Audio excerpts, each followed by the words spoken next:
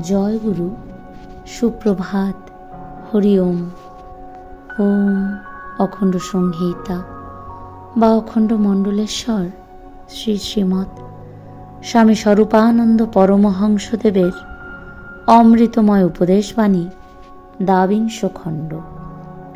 চরিত্র গঠনের আবশ্যকতা। শ্রী শ্রী বাবামুনি বলিলেন, চরিত্র গঠনের সাধনাই হচ্ছে জীবনের বুনিয়াদ গঠনের সাধনা। দেশ যখন চরিত্রবান নেতাদের দ্বারা চালিত হবে, তখন দেশের লোক অল্প ত্যাগে মহতী সমৃদ্ধি অর্জন করতে সমর্থ হবে। দেশ যতদিন চরিত্রহীন ব্যক্তিদের ইচ্ছানুসারে চলতে বাধ্য হবে, ততদিন দেশের কোনো প্রকৃত মঙ্গল বা স্থায়ী কুশল সুপ্রতিষ্ঠিত হবার কোনো আশা নেই।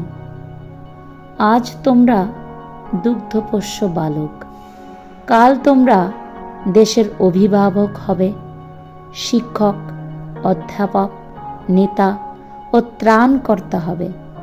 তারই জন্য তোমাদের চরিত্র গঠনের বিশেষ আবশ্যকতা।